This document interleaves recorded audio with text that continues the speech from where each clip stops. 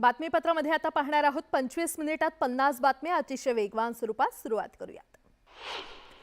नाशिकच्या इगतपुरीमध्ये पावसाचं थैमान सुरू आहे। इगतपुरी परिसरातील दरेवाडी गावातील रस्त्यांवर पावसाचं पाणी साचलं तर परिसरातील घरांमध्ये पाणी शिरल्याने ग्रामस्थांची मोठी गैरसोय झाली।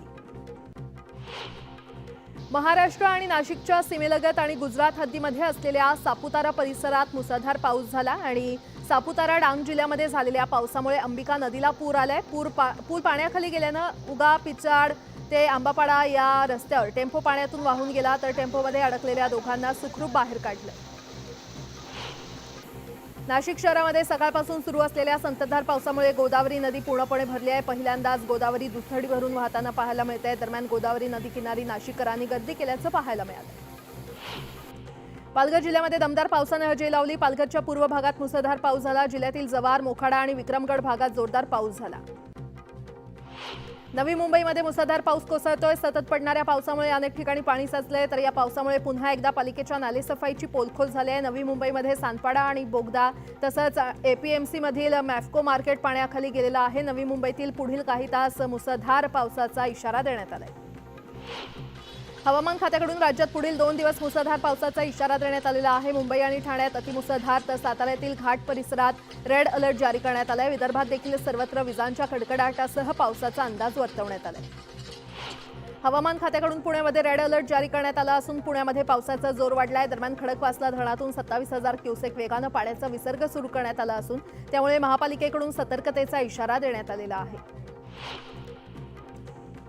पुण्यातील परिस्थितीवर उपमुख्यमंत्री फडणवीसांनी पोस्ट केली आहे। पुणे, पिंपरी चिंचवड आणि आसपासच्या परिसरात भारतीय हवामान खात्यानं पावसाचा रेड अलर्ट जारी केलाय। पाऊस आणखी वाढला तर खडकवासला धरणातून पाण्याचा विसर्ग होण्याची शक्यता नाकारता येत नाही। त्यामुळे लष्कर आणि एनडीआरएफच्या टीम्सना अलर्ट मोडवर राहण्यास सांगण्यात आलंय। एकतानगर आणि परिसरात पुराचं पाणी शिरल्यानं नागरिकांना महापालिकेनं नोटीस बजावली आहे। पाणी भरण्याची शक्यता असल्यानं नागरिकांना शेल्टर होममध्ये जाण्याच्या सूचना देण्यात आल्या।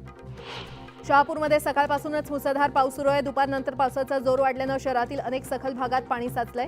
नदी नाले दुथडी भरून वाहत आहेत। पावसाची रिपरिप सुरू असल्यानं पाण्याची पातळी वाढली आहे। गडचिरोलीमध्ये मुसळधार पावसानं हजेरी लावली। पावसामुळे पर्लकोटा नदीला पूर आल्यानं पुन्हा एकदा भामरागड तालुक्याचा संपर्क तुटला असून 100 गावं संपर्कहीन झालेली आहेत। पर्लकोटा नदीला पूर आल्यानं नदीवरील पूल पुन्हा एकदा पाण्याखाली गेलाय। गेल्या महिन्याभरात तब्बल 4थ्यांदा भामरागड तालुक्याचा संपर्क तुटला। सह्याद्री पर्वतरांगांच्या परिसरात मुसळधार पाऊस बरसतोय। त्यामुळे जुन्नर तालुक्यातील दर्याघाट परिसरातील धबधबे ओसंडून वाहत आहेत आणि त्यामुळे धबधब्याचं नयनरम्य दृश्य पाहण्यासाठी पर्यटक गर्दी करतायत। नंदुरबार जिल्ह्यातील धडगाव आणि तळोदा या मुख्य तालुक्यांना जोडणाऱ्या चांदशैली घाटात पुन्हा दरड कोसळली। पहाटेपासून सुरू असलेल्या पावसामुळे घाटाच्या वळणावर दरड कोसळली असून वाहतुकीला याचा मोठा फटका बसलाय। पुण्याच्या भोर तालुक्यातील ब्रिटिशकालीन भाटघर धरण ओव्हरफ्लो झालंय। धरण 100% भरल्यानं स्वयंचलित दरवाजांमधून विसर्ग करण्यात येतोय।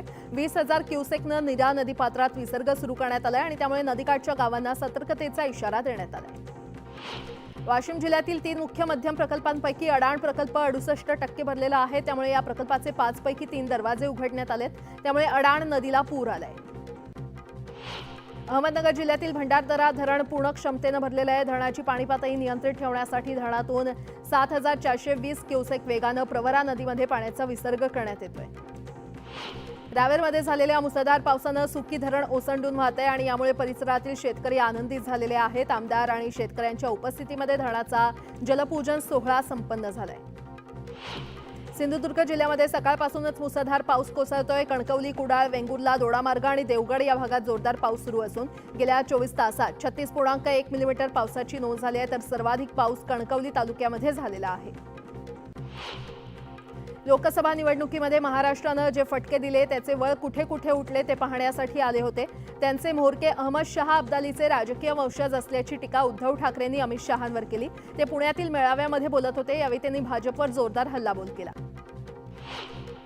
राम मंदिर, संसद भवन गळतंय, हे सरकार गळती सरकार आहे असा हल्लाबोल उद्धव ठाकरेंनी केला। पुण्यातील पुरात अनेकांचे संसार पाण्यात गेलेत। यात निसर्गाला दोष देऊन उपयोग नाही। 3 महिने थांबा, कॉन्ट्रॅक्टरचा हिशोब केल्याशिवाय राहणार नाही असा इशारा उद्धव ठाकरेंनी दिलाय। भाजपला पैशाचा विकास झालाय। सत्तेसाठी माणसं फोडतायत। सत्तेसाठी वाटेल ते हा सत्ता जिहादच आहे अशी घणाघाती टीका उद्धव ठाकरेंनी केली आहे। शिवसेना म्हणजे धगधगती मशाल आहे। हा लढा उद्धव ठाकरेंचा किंवा शिवसेनेचा नाही। हा लढा छत्रपतींच्या महाराष्ट्राचा आहे असं उद्धव ठाकरेंनी म्हटलंय। उद्धव ठाकरे वैफल्यग्रस्त आहेत, त्यामुळेच त्यांच्या डोक्यावर परिणाम झालाय, त्यांचा ताबा सुटलाय, त्यांच्यावर काय उत्तर द्यावं असं म्हणत उपमुख्यमंत्री देवेंद्र फडणवीस यांनी उद्धव ठाकरेंना टोला लगावला. ठाकरे खरंच औरंगजेब फॅन क्लबचे सदस्य झालेत अशा शब्दात त्यांनी अमित शहांवरील टीकेला उत्तर दिलं. जोपर्यंत फडणवीस आहे तोपर्यंत सत्ता मिळू शकत नाही, यावर महाविकास आघाडीच्या नेत्यांचं ठाम मत झाल्यामुळे त्यांचं सर्वात मोठं टार्गेट आपणच असल्याची टीका देवेंद्र फडणवीसांनी केली. नागपुरात झालेल्या कार्यकर्ता मेळाव्यामध्ये ते बोलत होते. तुम्ही जिहादी राजकीय झालात असं म्हणत प्रवीण दरेकर यांनी उद्धव ठाकरेंवर जोरदार निशाणा साधला. ठाकरेंना सत्तेची चटक लागली, घराला पडलेला खड्डा आधी बुजवा, शिवसेनेला लागलेली गळती आधी थांबवा, मग भाजपच्या नेत्यांवर टीका करा असा सल्ला त्यांनी ठाकरेंना दिला. मंत्री गिरीश महाजन यांनी पुन्हा एकदा उद्धव ठाकरेंवर निशाणा साधलाय. ठाकरेंनी फडणवीसांवर केलेल्या टीकेला यावेळी त्यांनी उत्तर दिलंय आणि ठाकरे जे बोलले ती महाराष्ट्राची संस्कृती नाही, मात्र आम्ही आमची पातळी सोडणार नाही असं गिरीश महाजन म्हटले. सत्ता गेली आणि आता पुन्हा सत्ता येणार नाही, त्यामुळे उद्धव ठाकरे वैफल्यग्रस्त झाल्याचं म्हणत मंत्री राधाकृष्ण विखे पाटील यांनी उद्धव ठाकरेंना टोला लगावलाय. महाराष्ट्राचं राजकारणात सभ्यता आहे, त्यामुळे उद्धव ठाकरेंच्या तोंडी हे टीकेचे शब्द शोभत नाहीत अशा शब्दात त्यांनी फडणवीस आणि शहांवरील टीकेला उत्तर दिलं. देवेंद्र फडणवीस यांनी अमरावती या ठिकाणी कार्यकर्त्यांशी संवाद साधला. आता आपल्याला जागं राहून सावध राहून निवडणुकीला सामोरं जायचं आहे, हे कुणीही विसरू नका असं देवेंद्र फडणवीस म्हटले. त्याचप्रमाणे हिंदुहृदय सम्राट बाळासाहेब ठाकरेंचे चिरंजीव उद्धव ठाकरे यांना जेव्हा हिरव्या झेंड्याच्या तालावर नाचताना पाहिलं तेव्हा मनाला खूप दुःख झालं अशी बोचरी टीका देखील फडणवीसांनी केली. सोनाई डेअरीचे संचालक दशरथ माने यांचा मुलगा प्रवीण माने यांनी राष्ट्रवादी शरदचंद्र पक्षात प्रवेश केलेला आहे. रोहित पवारांच्या उपस्थितीमध्ये हा पक्षप्रवेश पार पडला, त्यामुळे आता इंदापुरातून तुतारीचं तिकीट कोणाला मिळणार याकडे सगळ्यांचं लक्ष आहे. अनिल देशमुख पीएच्या माध्यमातून पैसे घ्यायचे याचे सर्व पुरावे सीबीआयकडे आहेत असे गंभीर आरोप सचिन वाझेनं केलेत. याबाबत फडणवीसांना पत्र लिहून सर्व माहिती दिलेली आहे असं सचिन वाझेनं सांगितलंय. पत्रात जयंत पाटलांसह इतरांची देखील नावं असल्याची माहिती आहे. सचिन वाझे जे बोलला ती फडणवीसांची नवीन चाल आहे. फडणवीसांनी वाझेला हाताशी धरून माझ्यावर आरोप करायला लावलेत असा पलटवार अनिल देशमुखांनी केलाय. सचिन वाझे गुन्हेगारी प्रवृत्तीचा माणूस आहे, वाझे विश्वास ठेवण्यालायक नाही असं हायकोर्टानं म्हटलंय असा हल्लाबोल देखील देशमुखांनी केला. भाजप संकटात आलं की वाझे बाहेर येऊन विधान करतो, ही तिसरी वेळ आहे अशी शंका संजय राऊतांनी व्यक्त केली आहे. वाझे हत्येचा आरोपी आहे, एका आरोपीच्या बोलण्यावर किती विश्वास ठेवायचा असा प्रश्न राऊतांनी विचारलाय. आता वाझेला देखील वॉशिंग मशीनमध्ये टाकून स्वच्छ करतील असं म्हणत राऊतांनी भाजपवर निशाणा साधला.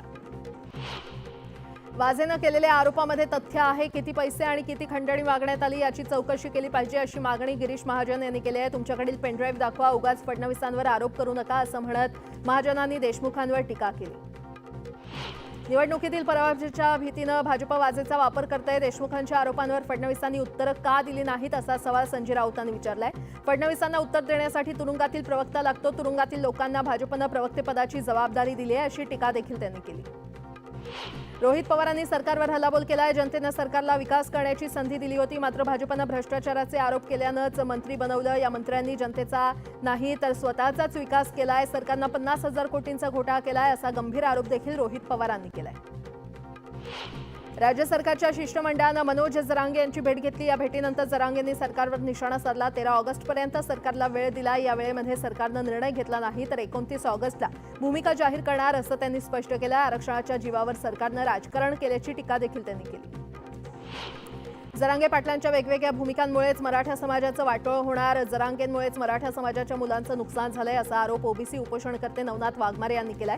तर जरांगेंचा 288 उमेदवार उभा करण्याचा दावाही फुसका आहे असा टोला देखील त्यांनी लगावला. शिर्डीमध्ये राधाकृष्ण विखे पाटलांनी मराठा आरक्षणावरून महाविकास आघाडीवर जोरदार हल्लाबोल केलाय. महाविकास आघाडीच्या नेत्यांचा खोटारडेपणा आता उघड पडलाय. मराठा आरक्षणाचा निर्णय फडणवीस मुख्यमंत्री असताना सर्वात आधी केला, मात्र महाविकास आघाडीचं सरकार आल्यावर तो टिकू शकला नाही अशा शब्दात त्यांनी महाविकास आघाडीवर निशाणा साधला. लव्ह जिहाद आणि लँड जिहादच्या मुद्द्यावरून भाजपनं आक्रमक पवित्रा घेतलाय. हिंदू अन्याय सहन करणार नाहीत असा इशारा आमदार नितेश राणे यांनी दिलेला आहे. मुंबईतील चेंबूरमधील श्रद्धांजली सभेमध्ये अरविंद वैश्य आणि यशस्वी शिंदेला त्यांनी श्रद्धांजली अर्पण केली. प्रकाश आंबेडकरांनी केलेल्या वक्तव्याचा शेकापचे नेते जयंत पाटील यांनी निषेध केलाय. आम्ही आंदोलन करताना किंवा विरोध करताना गाड्या अडवल्या, मात्र कधी तोडफोड केली नाही, त्यामुळे संपवण्याची भाषा करणं योग्य नाही असंही ते यावेळी म्हटले. इगतपुरीचे काँग्रेसचे आमदार हिरामण खोसकर यांनी छगन भुजबळांची भेट घेतली आहे। मागील काही दिवसांपासून खोसकर विधान परिषदेमध्ये क्रॉस वोटिंग, अजित पवारांची भेट घेत त्यानंतर मुख्यमंत्री शिंदेंची भेट आणि आता भुजबळांची भेट घेतल्यानं चर्चेत आले। विधान परिषदेमध्ये काँग्रेसच्या फुटलेल्या आमदारांवर कारवाई करण्यात आलेली आहे अशी माहिती नाना पटोले यांनी दिली आहे। फुटलेल्या आमदारांना आगामी विधानसभा निवडणुकीमध्ये उमेदवारी दिली जाणार नसल्याचं देखील त्यांनी म्हटलंय। पुण्यातल्या दौंड तालुक्यातील खामगावमध्ये एका हत्याकांडानं खामगाव हादरलेला आहे। कौटुंबिक वादातून एकानं मेहुण्याची दिवसाढवळ्या निर्घुण हत्या केली आहे। अमोल बहिरट असं आरोपीचं नाव आहे। पत्नीला माहेरी घेऊन गेल्याच्या रागातून आरोपीनं मेहुण्याला गाठलं आणि त्याच्यावर कोयत्यानं वार केले। तानसा नदीपात्रातून कार वाहून गेल्यानं एका व्यक्तीचा बुडून मृत्यू झाला। 10 ते 12 जण तानसा धरण परिसरात पार्टी करण्यासाठी गेले होते, तर 3 जण नदीपात्रातून कार घेऊन जात असताना अचानक पाण्याचा प्रवाह वाढल्यानं कार वाहून गेली। दोघांनी कारमधून उडी घेत आपला जीव वाचवला, तर एकाला आपला जीव गमवावा लागला। इमारतीच्या 3ऱ्या मजल्यावर अडकलेल्या एका 67 वर्षीय महिलेला वाचवण्यात अग्निशमन दलाच्या जवानांना यश आलंय। नागपूरच्या सक्करदरा परिसरात ही घटना घडली आहे। संबंधित महिलेच्या घराचा दरवाजा अचानक लॉक झाला होता। त्यानंतर अग्निशमन दलाच्या जवानांनी दोरीच्या सहाय्यानं महिलेची सुखरूप सुटका केली। आमदार सतेज पाटील यांच्या नेतृत्वाखालील काँग्रेसचं किणी टोल नाक्यावरील आंदोलन स्थगित करण्यात आलंय। 25% टोल माफ केल्यानं आंदोलन स्थगित करण्यात आलं असून उर्वरित 25% टोल माफीसाठी वरिष्ठ स्तरावर पाठपुरावा करण्याचं नॅशनल हायवे अथॉरिटीच्या अधिकाऱ्यांना पत्र देण्यात आलंय। पुणे बंगळुरू महामार्गावरील खेड शिवापूर टोल नाक्यावर काँग्रेसनं आंदोलन केलं। महामार्गावर पडलेले खड्डे आणि रस्त्यांच्या झालेल्या दुरवस्थेबाबत काँग्रेस आक्रमक झाली। टोलचे भरमसाठ पैसे भरून देखील दररोज या महामार्गावरून प्रवास करताना खड्ड्यांमुळे मोठा त्रास सहन करावा लागत असल्याचं आंदोलनकर्त्यांचं म्हणणं आहे। नवी मुंबईमध्ये शिवसेना जिल्हाप्रमुख विजय चौगुले यांचं उपोषण सुरू होतं। खासदार नरेश म्हस्के यांच्या मध्यस्थीनंतर हे आंदोलन मागे घेण्यात आलंय। नवी मुंबई झोपडपट्टी पुनर्विकास बायोमेट्रिक सर्व्हेसाठी हे आंदोलन सुरू करण्यात आलं होतं। दरम्यान मुख्यमंत्री एकनाथ शिंदेंनी दिलेल्या आश्वासनानंतर आंदोलन मागे घेण्यात आलं। उल्हासनगरात धर्मांतराचा मुद्दा ऐरणीवर आलाय। मुस्लिम धर्म स्वीकारलेल्या मुलीच्या आईनं 10 जणांविरोधात पोलीस ठाण्यात तक्रार केली आहे। मुलीनं मुस्लिम धर्म स्वीकारला आणि तिचा गैरवापर होत असल्याच्या संशयातून विठ्ठलवाडी पोलीस ठाण्यात तक्रार केली आहे। या प्रकरणी पोलिसांनी दोघांना अटक केली आहे। बीड नगरपालिकेच्या वतीनं 6 वर्षांपूर्वी तब्बल 2 कोटी 23 लाख रुपये खर्च करून शेतकरी आणि व्यापाऱ्यासाठी वातानुकूलित भाजी मंडई उभारण्यात आली आहे। मात्र नगरपालिकेच्या हलगर्जीपणामुळे ही 2 मजली इमारत लोकार्पणाविना धुळखात पडली आहे। वाशिम जिल्ह्यातील वाऊळ गावात स्मशानभूमी नसल्यानं भर पावसात अंत्यसंस्कार करण्याची वेळ ग्रामस्थांवर आली आहे। स्मशानभूमीच्या बांधकामासाठी निधी आलाय, मात्र अद्याप ग्रामपंचायतीच्या वतीनं बांधकाम सुरू झालेलं नाहीये आणि त्यामुळे ग्रामस्थांनी संताप व्यक्त केलाय। अकोल्यातील हिवरखेड भागात मुसळधार पावसामुळे नालेसफाईच्या कामांची पोलखोल झाली आहे। नाल्यांमधील पाणी रस्त्यावर आल्यामुळे नागरिकांना प्रचंड अडचणींचा सामना करावा लागतोय। याविरोधात नागरिकांनी आंदोलन केलं। नंदुरबार जिल्ह्यामध्ये रस्त्यांच्या अभावी दुर्गम भागातील नागरिकांना अनेक समस्यांचा सामना करावा लागतोय। धडगाव तालुक्यातील बुन्नीपाडा येथील गर्भवती महिलेला उदय नदीतील पुराच्या पाण्यातून झोळीच्या सहाय्यानं वाट काढत रुग्णालयामध्ये न्यावं लागलं। यात 7 किलोमीटर पायी प्रवास करत ग्रामस्थांनी रुग्णालय गाठलं। विशाळगडमधील नुकसानग्रस्त घरांच्या उभारणीसाठी शासनानं 1.5 कोटींची मदत जाहीर केलेली आहे। 42 घरांच्या उभारणीसाठी सानुग्रह अनुदान जाहीर करण्यात आलं, मात्र गुन्ह्यांमध्ये समावेश असलेल्या गावकऱ्यांना निधी मिळणार नाहीये। दापोली येथील पाडले समुद्र किनाऱ्यालगत असलेल्या डोंगराचं मोठ्या प्रमाणात सपाटीकरण करण्यात आलेलं आहे। तब्बल 700 बंगल्यांचा प्रकल्प बांधला जातोय आणि यासाठी डोंगर माथ्यावर प्रचंड प्रमाणात वृक्षतोड करण्यात आलेली आहे आणि त्यामुळे डोंगराच्या पायथ्याशी असणाऱ्या पाडले कोंड गावातल्या घरांजवळ दरडी कोसळण्याच्या घटना घडतायत आणि त्यामुळे ग्रामस्थांमध्ये भीतीचं वातावरण आहे। यवतमाळ जिल्ह्यामध्ये डेंग्यूनं थैमान घातलं। एका महिन्यात डेंग्यूचे 37 रुग्ण आढळले असून आरोग्य यंत्रणा सतर्क झाली आहे। सध्या आरोग्य विभागाकडून शहरात आणि ग्रामीण भागात तपासणी मोहीम राबवण्यात येते। नागरिकांना काळजी घेण्याचं आवाहन आरोग्य विभागाकडून करण्यात आलंय। बीडमध्ये मका उत्पादक शेतकरी संकटात सापडलाय। मक्याच्या पिकावर लष्करी अळीचा प्रादुर्भाव झाल्यानं शेतकऱ्यांची चिंता वाढली आहे। अळीमुळे मक्याची पानं आणि पोग्यांचं नुकसान होतंय।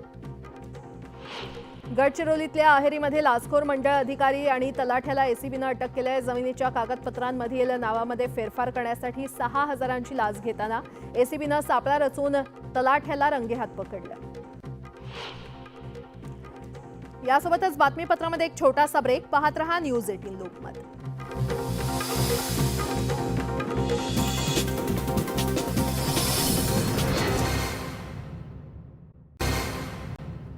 ब्रेकनंतर आपलं पुन्हा एकदा स्वागत. उर्वरित बातम्या पाहूयात. पालघर जिल्ह्यातील शेतकऱ्यांच्या 100% भात रोवण्या पूर्ण झालेल्या आहेत. जवळपास 75,000 हेक्टरपेक्षाही जास्त क्षेत्रावर पावसाळी भात शेती करण्यात आली आहे आणि शेतीसाठी पूरक पाऊस पडत असल्यानं शेतकऱ्यांनी समाधान व्यक्त केलंय. धाराशिवच्या गोरेगावात दारू उत्पादन करणाऱ्या कंपनीतून निघणाऱ्या दूषित पाण्यामुळे ग्रामस्थ त्रस्त झाले. त्यामुळे गावात रोगराईचं प्रमाण वाढलं होतं. न्यूज 18 लोकमतच्या बातमीनंतर जिल्हा प्रशासनाकडून या प्रकरणाची चौकशी करण्यात आली आणि कंपनीतून गावात येणारं पाणी बंद करण्यात आलं. गिरणा मन्याड नदीजोड प्रकल्पासह चाळीसगाव तालुक्यात पिण्यासह शेतीसाठी कायमस्वरूपी पाणी मिळावं अशी मागणी शेतकऱ्यांकडून करण्यात येते. यासाठी शेतकऱ्यांनी आंदोलन केलं. मात्र निवेदनात आत्मदहनाचा इशारा हा शब्द असल्यानं जिल्हाधिकाऱ्यांनी निवेदन घेण्यास नकार दिला आणि त्यामुळे शेतकरी अधिकच आक्रमक झाले. शेतकऱ्यांचे प्रश्न घेऊन रविकांत तुपकर पुन्हा एकदा रस्त्यावर उतरले. मलकापूरमध्ये उपविभागीय कार्यालयावर शेतकऱ्यांना घेऊन तुपकरांनी मोर्चा काढला. शेतकऱ्यांच्या पीक विम्याच्या रक्कम अजूनही मिळाली नसल्यानं ते आक्रमक झाल्याचं पाहायला मिळालं. मागील अनेक वर्षांपासून अनुसूचित जाती आणि जमातीचं उपवर्गीकरण करावं यासाठी लहुजी शक्ती सेना मागणी करत होती. अखेर त्यांच्या मागणीला यश आलंय. सर्वोच्च न्यायालयाच्या 7 न्यायाधीशांनी यासंबंधित आदेश दिलेत. यावेळी लहुजी शक्ती सेनेच्या वतीनं श्रीरामपूर येथे पेढे वाटत आनंदोत्सव साजरा करण्यात आला. नागपुरात प्राथमिक आरोग्य केंद्राचं लोकार्पण करण्यात आलं तर दुसरीकडे आरोग्य अधिकारी नशेमध्ये धुंद असल्याचा आरोप केला जातोय. नरखेड तालुक्यातील मोवाड येथील PHC मधील धक्कादायक प्रकार समोर आलाय. धाराशिव युनिक मल्टीकॉन्स कंपनीबरोबरचा करार संपुष्टात आल्यानं पुरातत्व विभागानं नळदुर्गचा ऐतिहासिक किल्ला ताब्यात घेतलाय. हा किल्ला संगोपनासाठी 10 वर्षांच्या करारावर देण्यात आला होता, पण आता याची मुदत संपल्यानं पुरातत्व विभागानं हा किल्ला त्यांच्या ताब्यात घेतलाय. उरण येथील यशस्वी शिंदे आणि मुंबईच्या धारावी येथील अरविंद वैश्य यांच्या निषेधार्थ सकल हिंदू समाजाकडून शहापूर बंदची हाक देण्यात आली. अत्यावश्यक सेवा वगळता संपूर्ण बंद पाळण्यात आला. यावेळी शहरातील शिवतीर्थावर शेकडो हिंदू बांधवांनी शोकसभा घेतली. बातमीपत्रामध्ये आणखीन एक छोटासा ब्रेक. पाहत रहा न्यूज 18 लोकमत.